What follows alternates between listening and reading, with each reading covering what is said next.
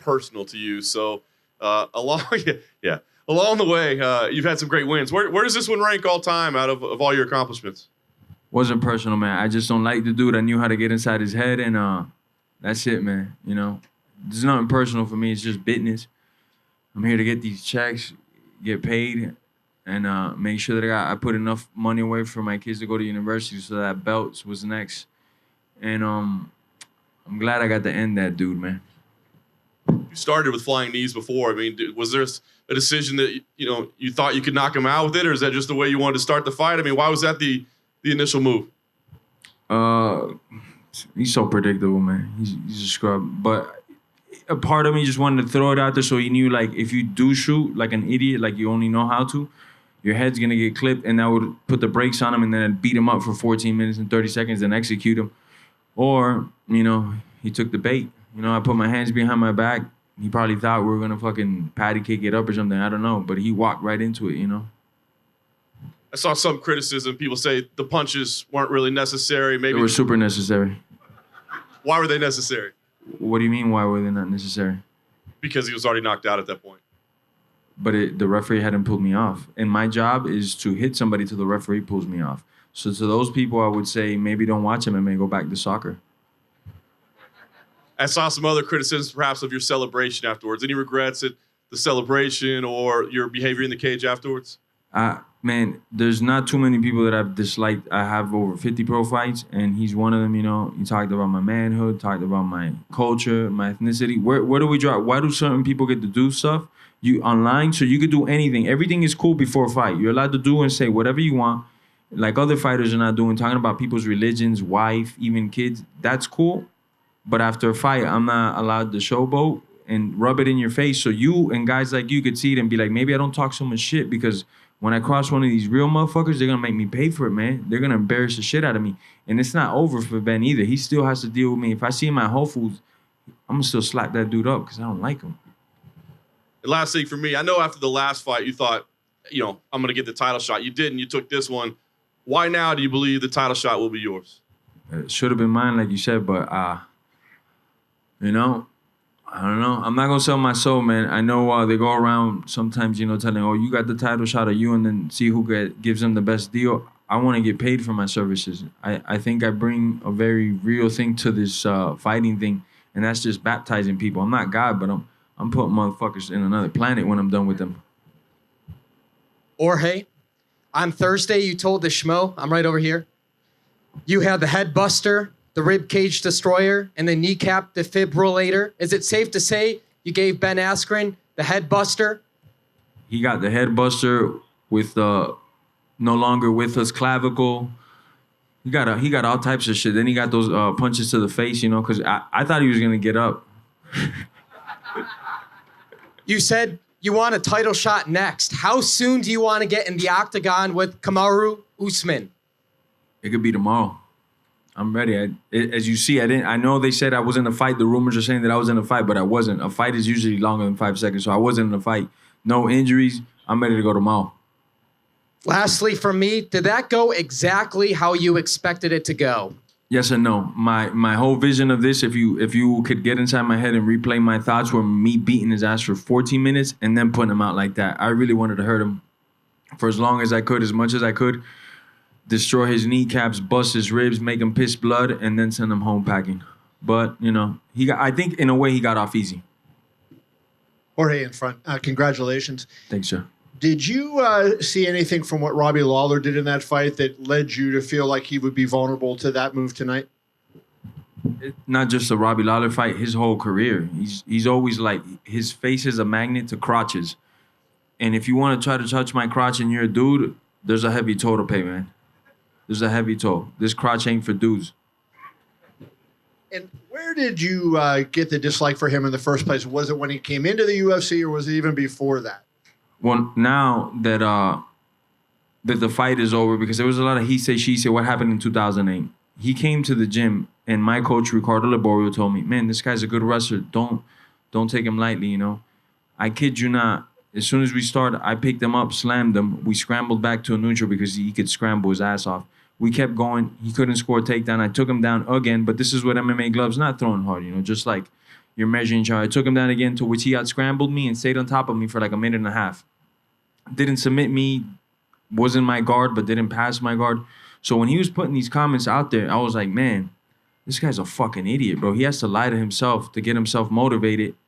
You just gave yourself away. You're a bitch, you know? If you got to be lying about shit like that, you're a bitch. But I'm at American Top Team where dozens of champions come in there throughout the weeks. You don't think I have stories to tell of guys that I've decapitated or put down with a body shot or whatnot? But I don't do that because I'm a man. And we got a code in the gym. This is what we work and we sharpen our tools and then we display them to the world. He doesn't have those ethics and guidelines. So just from that alone, I was already like, man, he's a weirdo. And then on top, after the wrestling practice, he came by and tried to do some corny-ass joke. And it was like me, maybe Jay-Z, Cavalcante at the time, somebody else. We just looked at him like, man, you could just introduce yourself. You don't got to be a fucking idiot, you know? And since that moment, I never liked him. And lastly, for me, you have over 50 fights, as you mentioned. Do you think that you're better suited to be a champion now than you would have been when you're young because you're more mature, you've had more experience in the fight game, and you know better what it takes than maybe you did 5-8 years ago when you were maybe more physically talented but not as experienced? No, I'm probably more physically talented right now, man. Tell you the truth. Really? In what way? In many ways, man. Some of them I can't talk about them on air. But I'm fucking talented as fuck, man, physically and mentally. Poirier straight ahead. Dustin Poirier tweeted after your knockout that at dinner last night, Mike Brown and you had talked to him about this being the game plan with the knee, and that Mike Brown had even shown him video of you guys practicing that. So now that the fights happen, can you kind of tell the story of that and, you know, leading up to it, how long you guys had been contemplating this? Well, it was in the back of my pocket. Like, pull it out whenever you want, George. Mike Brown is like very, especially with me, he kind of just lays out the game plan and do it what you want. You know, we didn't know if I was going to open up with it right away, but we knew I was going to have it in my back pocket for sure, you know. And I did want to hit him with it in the first round. I didn't know if right off the rip or a minute or two into it, because mainly whether I hit him or miss, it kind of pumps the brakes on wrestlers like, whoa, if I shoot in, I could get my face rearranged and look like an idiot on TV. So I definitely wanted to put that out in the first round. I didn't think I was going to do it right off rip, but he fell for the bait so hard. I could just see how eager he was just to come forward. And so I put my hands behind my back and let him think, come eat. He didn't know it was going to be a buffet, though. He thought it was going to be a 3-piece. Now you're getting the whole fucking MGM Grand buffet to the face, man. And even if the knee had not landed perfectly, was the idea that that would probably mentally alter his game plan as far as the wrestling focus moving forward, that it would be easier to dictate the pace of the rest of the fight? Well, three outcomes I thought from the knee. The first one. The second one would have been I miss. And the third one would have been I miss, and he grabs my leg and he takes me down. And we scramble right away, and he finds out I can't hold this guy down. And I was cool with all three of those scenarios and outcomes. I don't think there's a fourth one unless somebody could think of one. But those were the outcomes in my head. So I was like, man, these knees are just free from me. I'm not fighting a guy that intends to punch me in the face whatsoever. He's not a mean guy. He doesn't want to punch me in the face. He wants to hug my leg and put his face in my crotch. There's nothing. I could throw all the knees I want. I have nothing to worry about. Jorge, aquí, a tu izquierda. Hey, ¿cómo está? Muy bien. En primer lugar, felicitaciones por lo que has hecho. Hace un par de días te preguntaba que cómo estabas, me decías que muy bien. Y además me decías que estabas muy contento porque decías que le ibas a partir la cara a un payaso y que encima te iban a pagar por ello, así lo dijiste. Sí, señor. Además, estoy encantado de hablar en español porque de momento no hubo nadie que te hiciera hablar en tu lengua madre. Y, ya tú sabes. Ya tú sabes, brother. ¿Te imaginabas esto en el mejor de tus sueños? No en el mejor de mis sueños. En el mejor de mis sueños, yo lo iba a castigar por 14 minutos y enseñarle a él que es un hombre de verdad.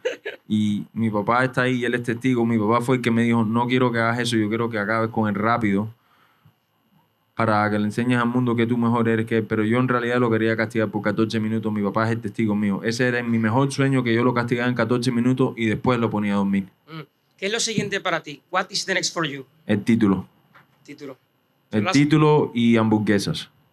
Hamburguesa. Gracias.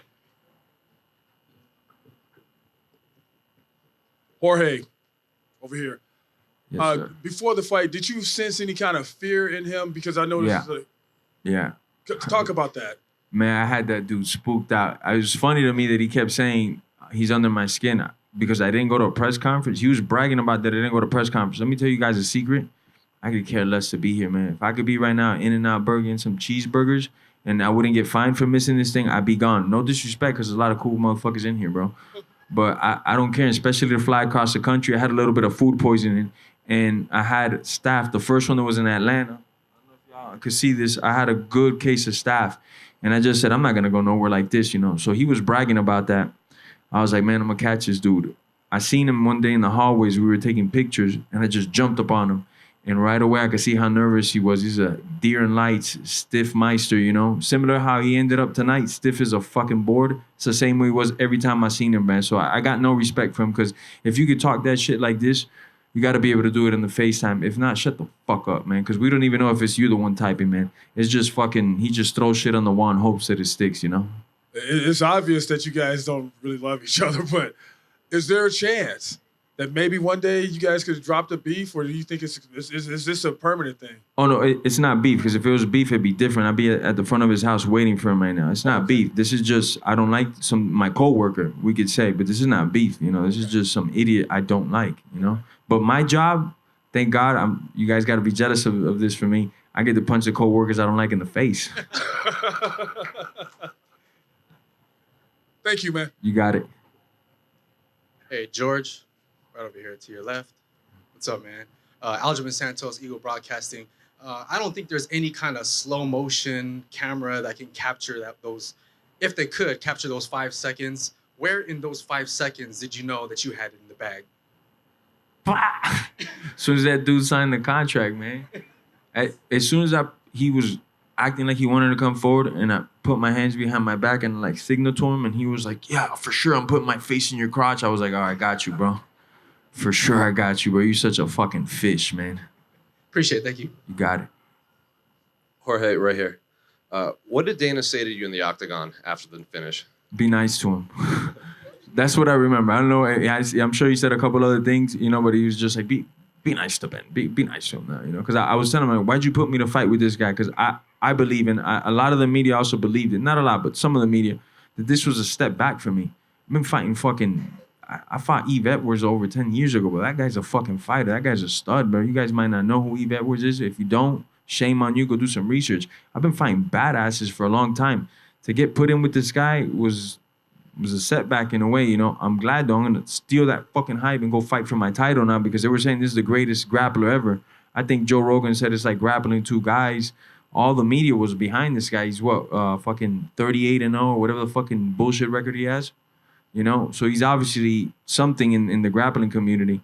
But to me, as far as fighting goes, he doesn't rank in my top 10 victories. And then at Media Day, I brought up the fact that Dana said he wanted to build a PI in Puerto Rico, and you said... I'm gone. Yeah, and you said I'm gone. Puerto Rico, here I go. Did you talk to Dana about that? You said you wanted to meet with him. Dana ain't talked to me about that. He might be a little mad I did his boy Ben like that, man. I know those two are real close.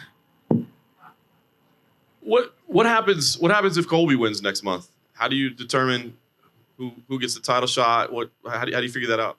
I don't know who if that's Dana, if that's Hunter, if that's Sean Shelby. I don't know of them who does it. But I think my body of work speaks for itself. If you want sheer violence, you know who to call. If you want other shit, man, fucking guys going to press conferences on time and posting on their shit, then you know who to call, man. But if you want somebody who's going to give you this fucking violence, you know who to call.